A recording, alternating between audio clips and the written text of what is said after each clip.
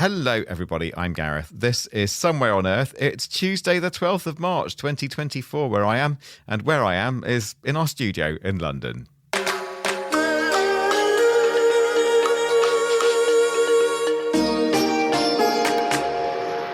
And with us today, giving expertise, is none other than producer Anya Literovich. Hello, Anya. Hello, I'm quite surprised to be here.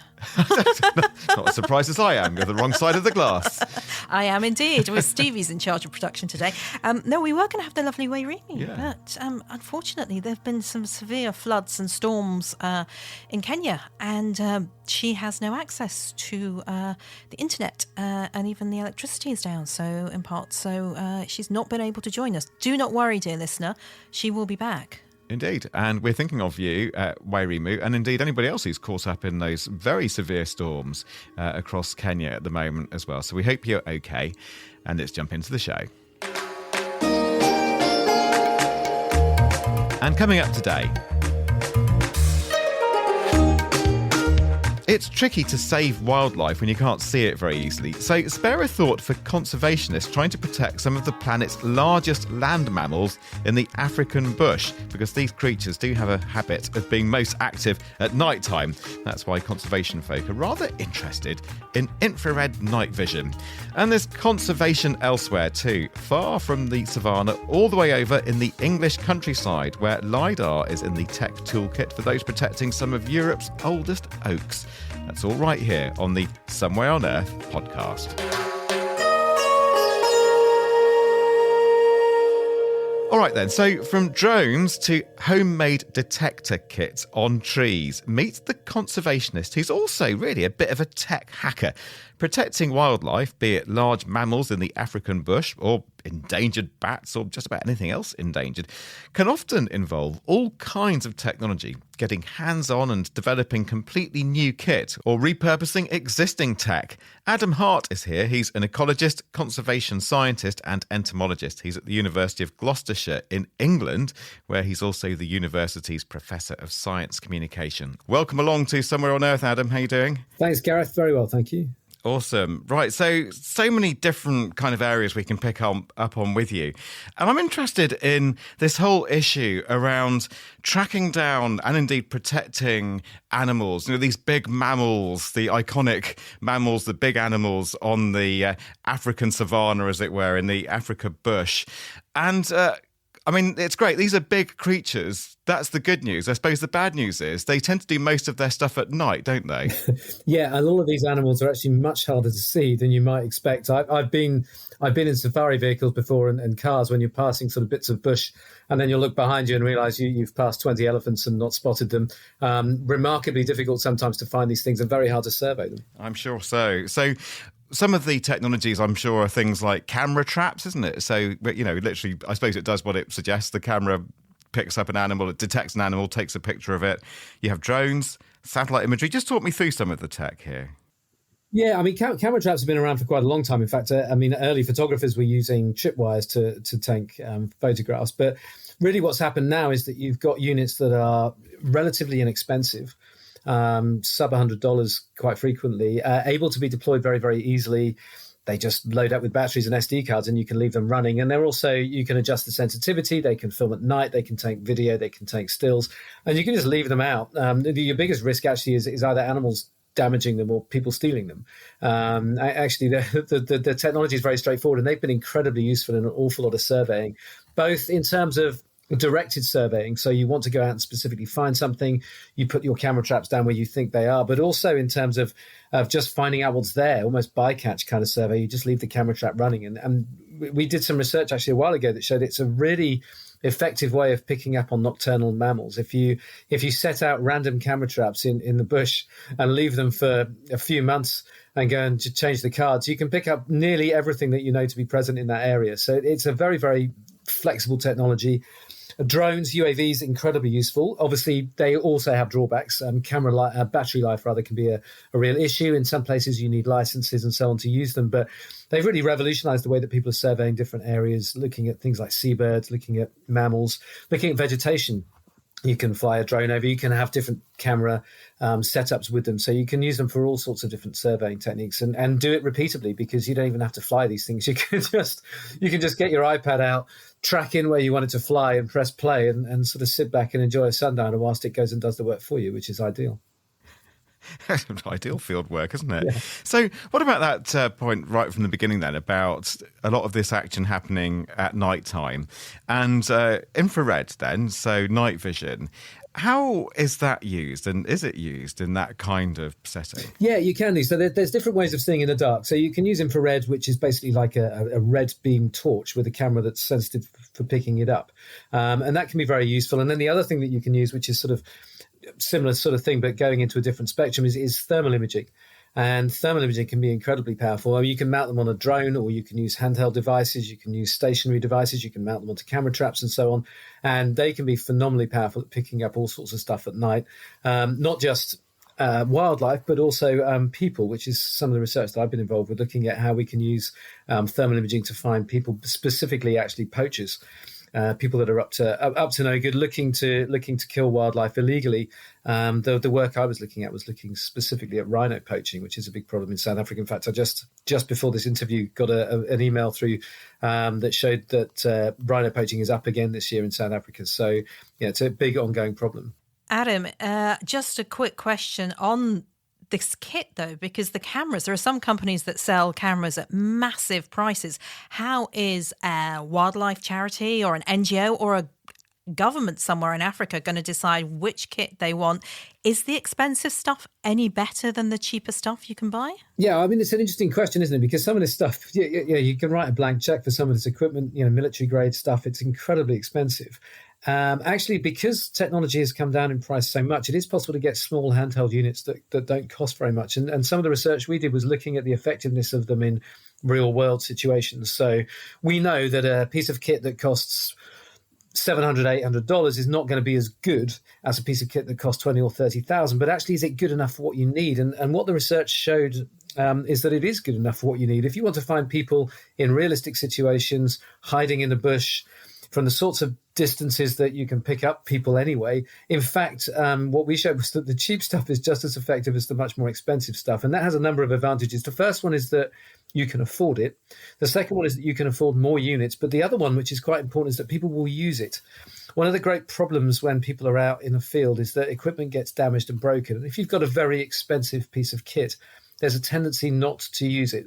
To keep it in the box, to take it out in the vehicle but not use it as much. Whereas when it's a bit cheaper and you can, it's not exactly disposable, right? But it's more like the sort of cost of a mobile phone or a half decent camera. And what that means is that people will take it out and use it. And some of the advantages that we found after we sort of followed up with people and got some feedback when they were using the cheaper equipment was that they used it all the time. They had it in their pocket.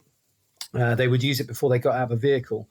Just wind the window down and scope around the bush. It made them feel much safer, and it gave them more confidence when they were out and about. And we also got quite a lot of feedback from people that said there was a sort of local propaganda effect, because the word got round in the communities that bordered these reserves that people in there could see in the dark. And what they found was that not just rhino poaching went down because they were using this stuff, but also just what is known as bushmeat poaching, but kind of everyday poachers coming, people, I mean, we call them poachers. It's quite a pejorative term, really. These are local community members hopping over the fence and setting out snares to catch animals for the pot. The problem with that is it's very unselective. It can be very cruel as well, but it can be very, very effective at reducing all kinds of things like gannets and civets and things that need protecting. That dropped off as well, simply because people had kit that they were willing to and able to use. And not only that, though, we have to remember that a lot of this bushmeat is the source of emerging infectious diseases. Yeah, and it's very interesting connection between that. That's a whole other topic. But yeah, it's a big problem. But mainly it's a conservation problem, largely because it's very, very unselective. If you've got someone out snaring and they put down a snare line of 100, 200 snares, it could be catching anything, and they're incredibly effective. Snaring is very cruel, but it's very, very effective, particularly if you've got people that know what they're doing. What's interesting as well, I mean, we're talking about technology, but people are increasingly using things like AI and sort of advanced statistical analysis to work out where snares might be. So if you gather in information and you record whenever you come across a snare.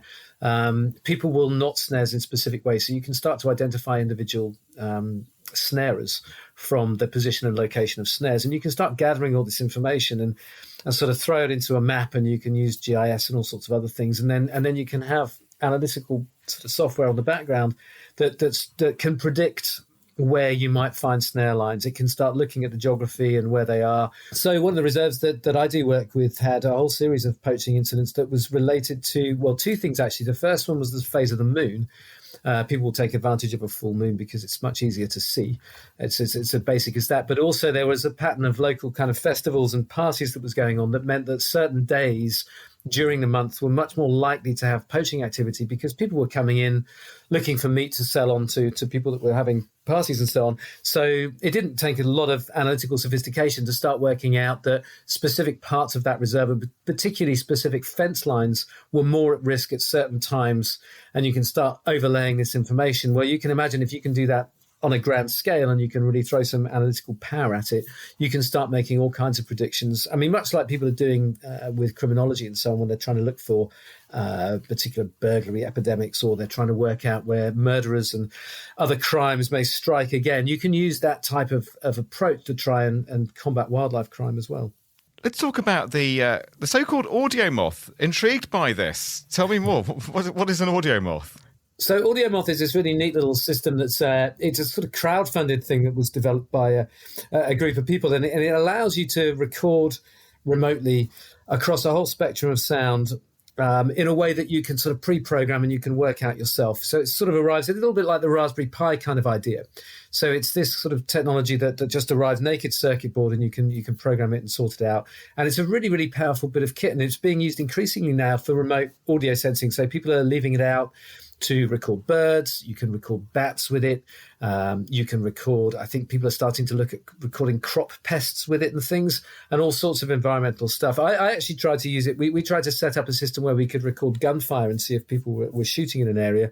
We had this idea of setting up audio moths in different locations and then using the different time that they were recording the rifle shot in to try and triangulate where that shot came from. It was something that turned out would have worked very well with the audio moths, but it was thwarted somewhat by two things. First of all, it didn't work very well in wind, which is not really very useful. And secondly, unfortunately, it needed a whole infrastructure of sort of connectivity, which would have made it far more expensive than setting up alternative systems. But what's really interesting with it is that people are now using it for all kinds of things because it's so adaptable. So we've got students at the moment that are looking at using it for recording birds in rainforests. We're using it, just setting it up to try and record bats all the time. And it's cheap. It's one of those things where you can get really advanced complex technology that allows you to do these things without that much money being spent. And that's very, very useful when you're doing stuff in a university environment, but also when you're looking at things that can be rolled out, particularly across the world for conservation, because anything that's very expensive, you're automatically putting up barriers. And obviously creating this like 3D soundscape is really important as well for knowing about, the health of the ecosystem. Are people using that more and more now? Yeah, absolutely. And what's really, really important about it is not just what you're recording on, but also your ability to analyze it. So you can gather all this data and you can get all this recording. But if you have to go through it by hand and try and work out what birds and things are there, it's just almost impossible. But with things like Merlin, for example, the bird identification app and the software behind it, you can start linking this stuff up with a whole load of analytical technology. And that's when it becomes super powerful, because then you can start extracting the information from it.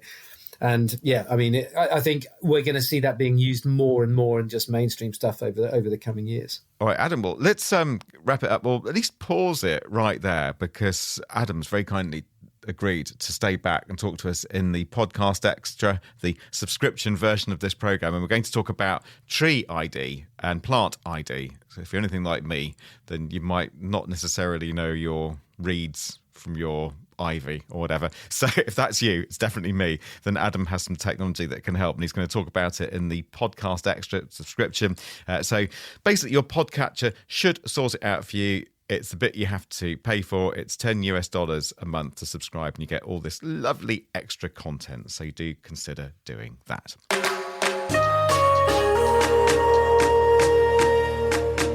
Now then, on this show, we'll dig out great tech wherever we can find it, and that includes the birthplace of Winston Churchill. So let's head to the beautiful Blenheim Palace estate in the countryside of rural Oxfordshire in England. Across 12,000 acres are many very, very special trees, specifically Europe's largest collection of ancient oaks. Some are over 1,000 years old. It's been designated a UNESCO World Heritage Site, with public access now restricted, though, across much of the estate. However, this podcast has been granted access.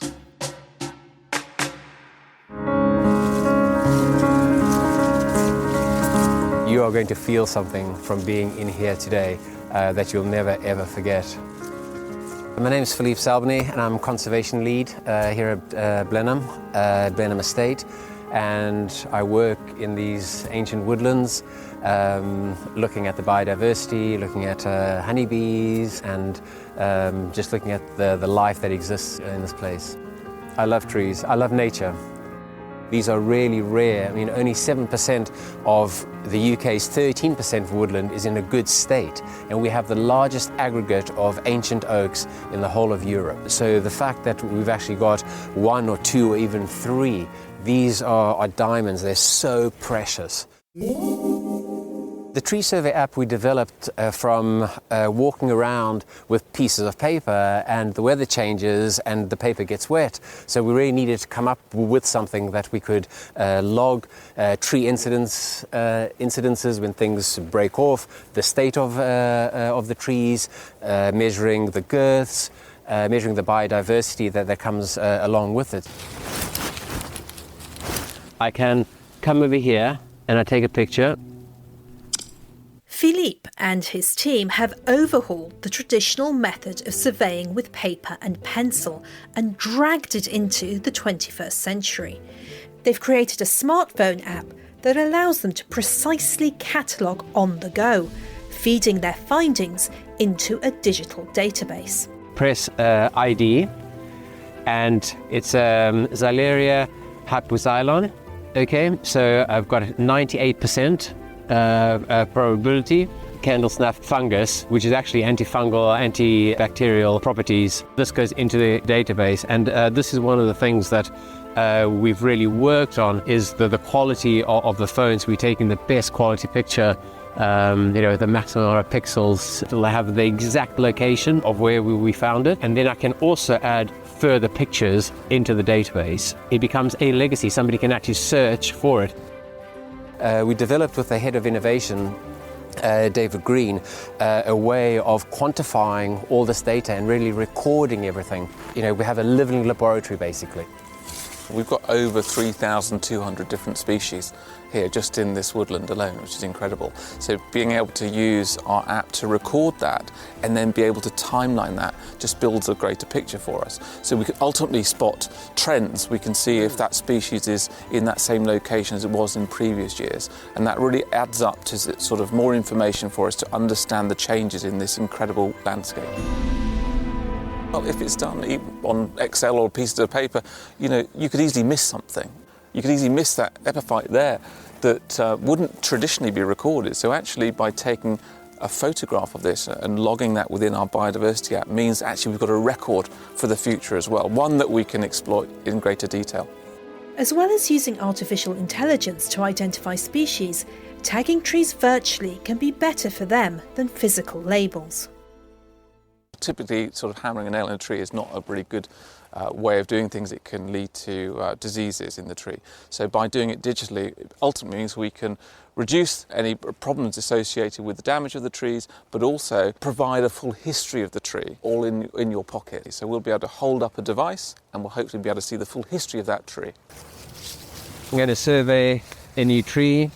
We've got an oak. No signs of fistula on there. The tree is very much alive and standing with no limbs having fallen off, so it'll automatically populate the site. It'll save it. And we've got now a tree survey already done in just under a minute, and we can take it further, come back at any point in time and add further information if we need it. What's really important about measuring the flora, the biodiversity, is that there are specific insects associated with specific plants. By ensuring that you've got those plants available as a resource, it adds to the potential for the insects, invertebrates, to feed and sustain those populations. It wouldn't be unusual for visitors to see a robot wandering through the palace or even wandering through the woodlands. So it might be using hyperspectral cameras, where you and I see red, green and blue. Using hyperspectral cameras, we can capture more frequencies, more information through those robotics and through those camera lenses. And it means we can get more information back to the researchers faster and ultimately build a better picture of what's going on in relation to the biodiversity and the biodiversity change. Maybe here's a good spot. Yes. Let's see. The estate serves as the experimental grounds for various academic research projects conducted by the Oxford Robotics Institute. So now we first need to set up is getting our stick, which is the platform that will hold the device while we walk around in the forest. There you go. Ethan Tao and Linton Zhang are putting together their equipment they'll carry manually on their backs. And this is the device here, which has a LiDAR scanner on the top. It comes with 3 different cameras around it, and then inside it I also have a computing unit. So we will walk around for miles and capturing different forests and the trees inside them. So we'll put this into a backpack, and then we can take off hiking for, I don't know, many kilometers. Okay, let's go. With this backpack, we can walk around. Usually we have to hold with our hands, kind of tiring if you hold it for 1 hour. But with this, we can just walk around and all the data will be streaming in real time. This will help the surveyor or decision makers to say, oh, are the trees growing at the speed they want to? Because often you can come back to the site multiple times and they will recognize that's the same tree you saw a year ago. Now you can track the changes, deciding if it's overgrown or this one of the trees lack of nutrition. You want an overview of the whole forest because say you want your most prominent tree to grow better, so you might have to measure the diameter, right? That's why we need this 3D model of them for. Well, that's why we are working on basically semantically also extracting different trees, the structure, also their species. The researchers have flown drones around the forest, measuring the canopy with startling accuracy of around 2 centimetres, and deployed legged robots to scan the environment, building up a 3D virtual model of the grounds.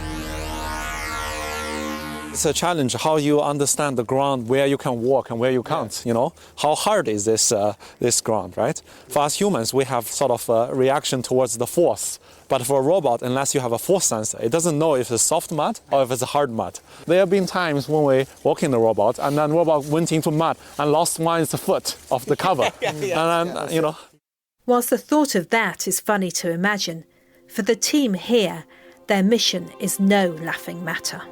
We have to be protecting ecosystems. Every single little insect, flower, tree that we can preserve and save and show a system of saving and recording it is invaluable. I find it is something that really defines life.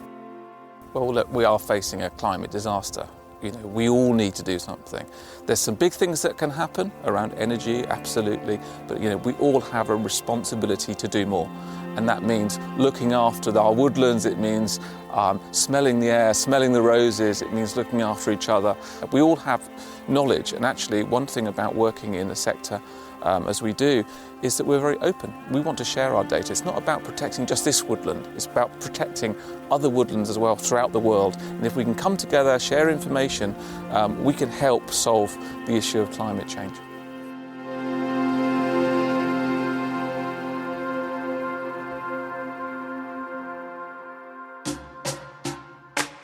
That's David Green there, Head of Innovation at Blenheim Palace. So, Anya, you've obviously been looking very closely into what's been happening there at Blenheim Palace. And what else did you take away from this story? I mean, the fact that everything is open source, that it is the sharing of knowledge. So any scientist around the world can come in and say, hey, let's see what they're doing. Let's see how they're doing it and learn. And I think for me, one thing is that it's happening in real time. You know, before I actually did study biology and plant conservation many years ago, and it was literally with a clipboard. It was before we had electronic equipment to go out, and it sounds silly, but even getting things wet, you come back to the lab and you just, what does that say? Here you can go out with a smartphone. You can just go and click something. It real time, everything's happening. You can see the impact of heat, of drought, because obviously the weather is changing here, the climate is changing, and so you can see that. You can see pests coming, you can see diseases. I mean, oak miner moth is a huge problem amongst oak trees in the UK, and they often will get little kind of white tags to show that, you know, that particular pest is there, and it's a nasty little thing as well that can cause quite a rash if you happen to be in a park where that is. So those kind of things do need monitoring, and this is really great. But, you know, we don't forget that, you know, these types of technology are being used elsewhere. I mean, quite big projects in Ghana, for instance, with drones in cashew nut farms, of all places. You know, it's a big crop there. It's not new, but it is very effective, looking at how pests and diseases actually affect the crop or the plant in real time. All right, Anya, well, it's just lovely to be able to look into that. A very conservation-themed programme today, plenty of tech in it as well. Just before we go, folks, a little plug coming up, right? You can come and hang out with us if you want to, because we're having a little reunion for Digital Planet. So this is the programme that many of us, well, kind of all of us, worked on for many years before we came out and started doing Somewhere on Earth. That programme finished exactly a year ago, or it will be on the 28th of March. So we're getting together a few people in a central London venue. It's free, by the way, I should add that. And the idea is that we're going to have Galen's going to be there, Bill and me, Angelica, if I can get the tech working, is going to be joining us from Sao Paulo. And when I say me getting the tech working, we're doing the whole thing on a complete shoestring, so much so that I'm rigging up my own PA. I mean, literally. So we're blagging everything to make it all work. But it will be a really lovely evening, and we'd love to see you there. It's going to be pretty informal, just a few drinks, not on the house, I'm afraid. We said we're doing it on a shoestring, but we'll do a little bit of recording for Somewhere on Earth for the podcast. We'll do a little bit of recording for another podcast called Gareth and Bill, and then also our special guest appearance is from this amazing guy called Peter Cowley, who's one of the UK's most successful angel investors. And he's backed all kinds of tech companies. He's also set up a whole load of technology companies of his own. He's had this stellar career. But also he's been beset by some really heartbreaking family tragedies. And to top it all, I'm afraid that he's terminally ill. And yet, he's written a book about his experiences, about his successes, and how he's coping with the terrible things that have happened in more recent years. And he'll be our kind of in-conversation, fireside chat, special guest. Probably won't record it, so you need to be at the event to experience that. So please do come along if you can. Bring a partner, bring a friend, bring whatever. You just need to go to Eventbrite to register. It's really easy to find. I found if you just literally type Digital Planet into Eventbrite, you'll find us that way. Or you can just look up, it's my pinned tweet. If you go to @GarethM and look me up on Twitter, and it's right there for you. And hopefully we'll see you there. That's the evening of Thursday, the 28th of March. That'll do. Should we do some credits then, Anya? I think so. Off you go. All right. Off I go then. So we've got Stevie back there behind the glass doing the technology for us here at Lanson's Team Farner this evening. And Anya Torovic has been studio expert, has been producer, is the editor of this podcast and does many things. So we got through it. What a hero, Anya. Good on you. Worked out all right. Thanks for being there, folks. Stay tuned for the subscription if you subscribe. Otherwise, see you next time. Bye-bye.